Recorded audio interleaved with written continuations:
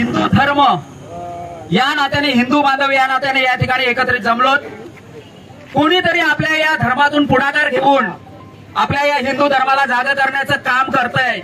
आपल्या प्रत्येक हिंदू बांधवाचं हे कर्तव्य आहे की मी हिंदू म्हणून आपल्या या धर्माच्या रक्षणासाठी पुढे येईन.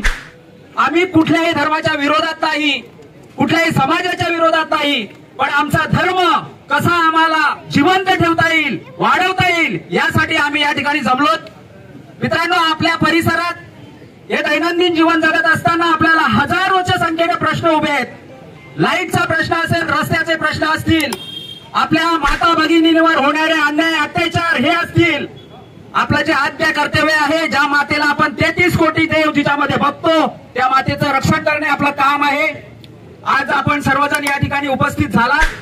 मी धर्मवीर विचार मंचाच्या वतीनं आपल्या सर्वांचं अगदी स्वागत करतोय आणि खूप खूप धन्यवाद देतोय की आपण या ठिकाणी उपस्थित झालात.